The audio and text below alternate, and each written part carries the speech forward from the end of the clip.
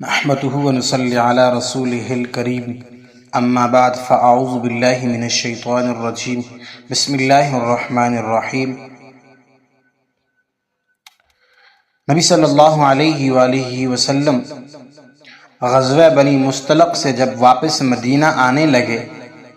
تو آپ نے ایک مقام پر پڑاؤ کیا۔ اسی غزوہ میں آپ کے ساتھ ام المؤمنین سیدہ عائشہ صدیقہ رضی اللہ تعالی عنہا بھی تھیں، جو ایک ہودج میں سفر کرتی تھیں، اور چند مخصوص آدمی اس ہودج کو اونٹ پر لادنے اور اتارنے پر مقرر تھے۔ حضرت عائشہ رضی اللہ تعالی عنہا لشکر کی روانگی سے کچھ پہلے لشکر سے باہر قضاء حاجت کے لیے تشریف لے گئیں، لیکن جب واپس ہوئیں تو دیکھا کہ ان کے گلے کا ہار کہیں ٹوٹ کر گر گیا ہے۔ وہ دوبارہ اس ہار کی تلاش میں لشکر سے باہر چلی گئیں۔ واپس آنے میں کچھ دیر لگ گئی اور لشکر بھی روانہ ہو گیا، اور آپ کا ہودج لادنے والوں نے خیال کیا کہ آپ ہودج کے اندر ہی تشریف فرما ہیں، کیونکہ آپ کی عمر مبارک اتنی زیادہ نہ تھی تو آپ کا وزن اتنا زیادہ محسوس نہیں ہوتا تھا، تو انہوں نے ہودج کو اونٹ پر لاد دیا اور پورا قافلہ منزل سے روانہ ہو گیا۔ آپ منزل پر واپس آئیں تو کوئی آدمی موجود نہ تھا۔ تنہائی اور اندھیری رات سے سخت گھبرائیں، اور اکیلا سفر کرنا بھی مشکل تھا، اس لیے آپ یہ سوچ کر لیٹ گئیں کہ جب اگلی منزل پر مجھے نہ پائیں گے تو میری تلاش میں ضرور یہاں آئیں گے۔ آپ لیٹی لیٹی سو گئیں۔ اسی دوران ایک صحابی صفوان بن معطل ہمیشہ لشکر کے پیچھے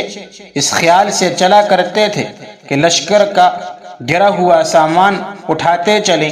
جب اس مقام پر پہنچے تو حضرت عائشہ رضی اللہ تعالی عنہا کو دیکھا۔ چونکہ آپ آیت پردہ سے پہلے ام المؤمنین رضی اللہ تعالی عنہا کو دیکھ چکے تھے تو پہچان گئے اور انہیں مردہ سمجھ کر انا للہ و انا الیہ راجعون پڑھا۔ اس آواز سے حضرت عائشہ صدیقہ رضی اللہ تعالی عنہا جاگ اٹھیں۔ صفوان نے اپنے اونٹ کو ان کے قریب جا کر بٹھا دیا، جس پر آپ بغیر کوئی بات کیے سوار ہو گئی، اور حضرت صفوان رضی اللہ تعالی عنہ نے اونٹ کی مہار پکڑ کر پیدل چلتے ہوئے اگلی منزل پر حضور علیہ السلام کے پاس پہنچ گئے۔ اسی موقع سے فائدہ اٹھاتے ہوئے منافقوں کے سردار عبداللہ بن ابی نے اس واقعے کو حضرت بی بی عائشہ رضی اللہ تعالی عنہا پر تہمت لگانے کا ذریعہ بنا لیا، اور خوب اس تہمت کا چرچا کیا، یہاں تک کہ مدینہ میں اس منافق نے اس شرمناک تہمت کو اس قدر اچھالا اور اتنا شور و غل مچایا کہ مدینہ میں ہر طرف اسی افطراء اور تہمت کا چرچلا ہونے لگا، اور اسی میں بعض مسلمان حضرت حسان بن ثابت اور حضرت مصطح بن اساسہ اور حضرت حمنہ بنت جحش رضی اللہ تعالی عنہم نے بھی اسی تہمت کو پھیلانے میں کچھ حصہ لیا۔ لیکن آپ علیہ السلام کو جب اس واقعہ اور تہمت کا پتہ چلا تو آپ بے حد رنج اور صدمہ آپ کو پہنچا، اور مخلص مسلمانوں کو بھی انتہائی رنج اور غم ہوا۔ حضرت عائشہ رضی اللہ تعالی عنہا مدینہ پہنچتے ہی سخت بیمار ہو گئیں۔ پردہ نشین تو تھیں ہی، صاحب فراش بھی ہو گئیں، اور انہیں اسی تہمت تراشی کی بالکل خبر بھی نہ ہوئی، کیونکہ حضور علیہ السلام کو حضرت عائشہ رضی اللہ تعالی عنہا کی پاک دامنی کا پورا علم اور یقین تھا، مگر چونکہ اپنی بیوی کا معاملہ تھا اس لیے آپ علیہ السلام نے اپنی طرف سے اپنی بیوی کی برات اور پاک دامنی کا اعلان کرنا مناسب نہیں سمجھا، اور وحی الہی کا انتظار فرمانے لگے۔ اسی درمیان میں آپ صلی اللہ علیہ وآلہ وسلم اپنے مخلص اصحاب سے اس معاملے میں مشورہ فرماتے رہے تاکہ ان لوگوں کے خیالات کا بھی پتہ چل سکے۔ چنانچہ حضرت عمر رضی اللہ تعالی عنہ سے جب آپ نے اس تہمت کے بارے میں گفتگو فرمائی تو انہوں نے عرض کیا کہ یا رسول اللہ صلی اللہ علیہ وسلم، یہ منافق یقیناً جھوٹے ہیں، اس لیے کہ جب اللہ تعالیٰ کو یہ گوارا نہیں کہ آپ صلی اللہ علیہ وسلم کے جسم اطہر پر ایک مکھی بھی بیٹھ جائے، کیونکہ مکھی نجاستوں پر بیٹھتی ہے، تو بھلا جو عورت ایسی برائی کی مرتکب ہو، خداوند کب اور کیسے برداشت فرمائے گا کہ وہ آپ کی زوجیت میں رہ سکے۔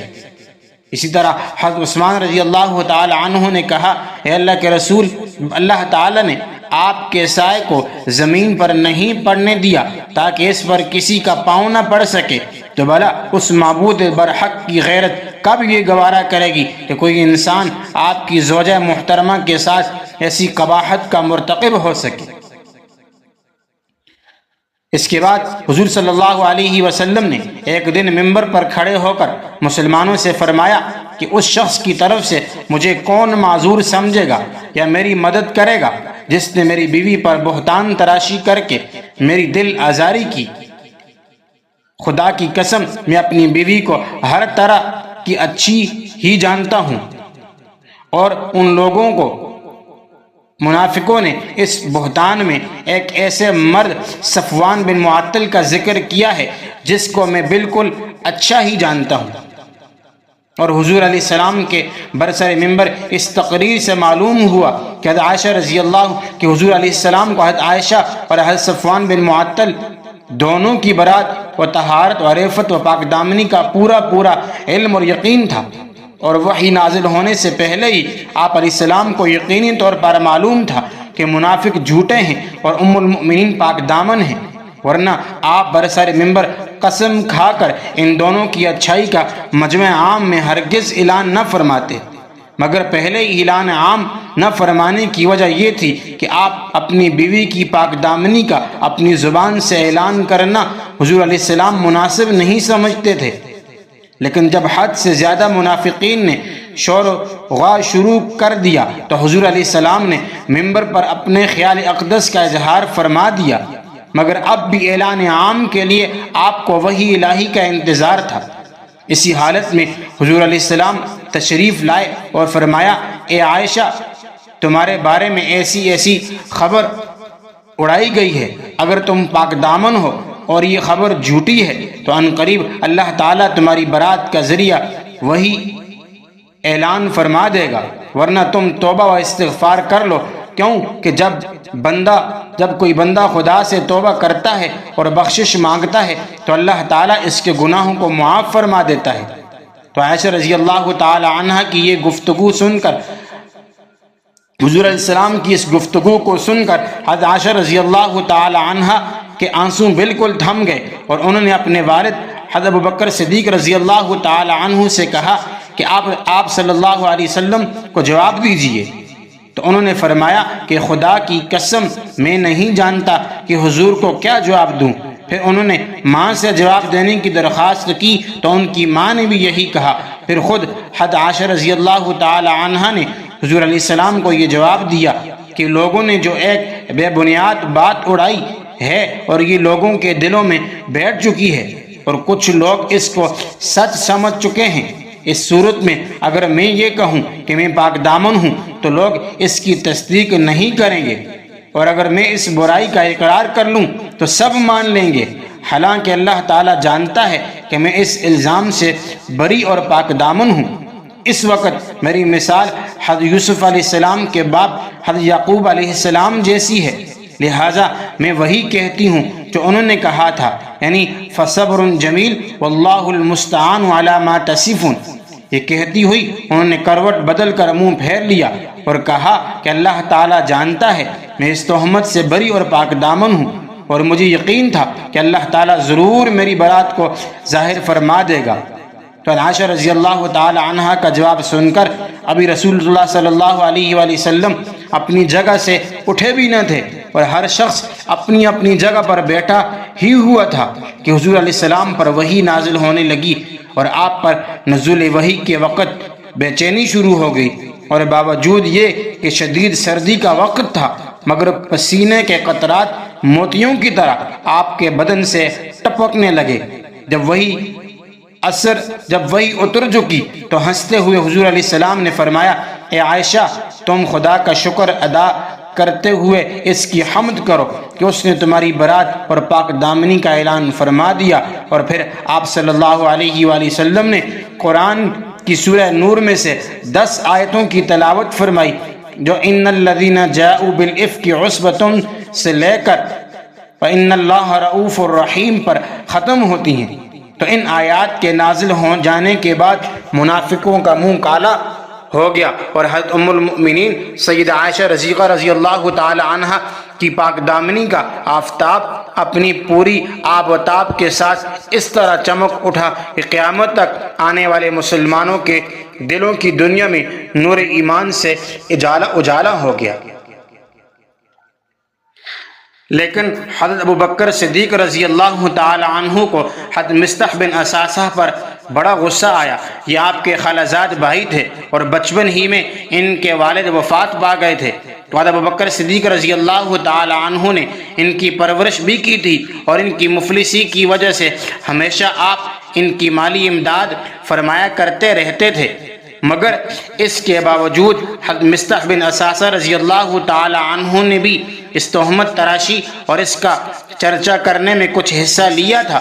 اس وجہ سے حضرت ابوبکر صدیق رضی اللہ تعالی عنہ نے غصے میں بھر کر یہ قسم کھا لی کہ اب میں مصطح بن اثاثہ کی کبھی بھی کوئی مالی مدد نہیں کروں گا۔ تو اس موقع پر اللہ تعالیٰ نے یہ آیات نازل فرمائی، وَلَا يَأْتَلِ أُولِي الْفَضْلِ مِنْكُمْ وَالسَّعَةِ أَنْ يُؤْتُوا أُولِي الْقُرْبَى وَالْمَسَاكِينَ وَالْمُهَاجِرِينَ فِي سَبِيلِ اللَّهِ، اور قسم نہ کھائیں وہ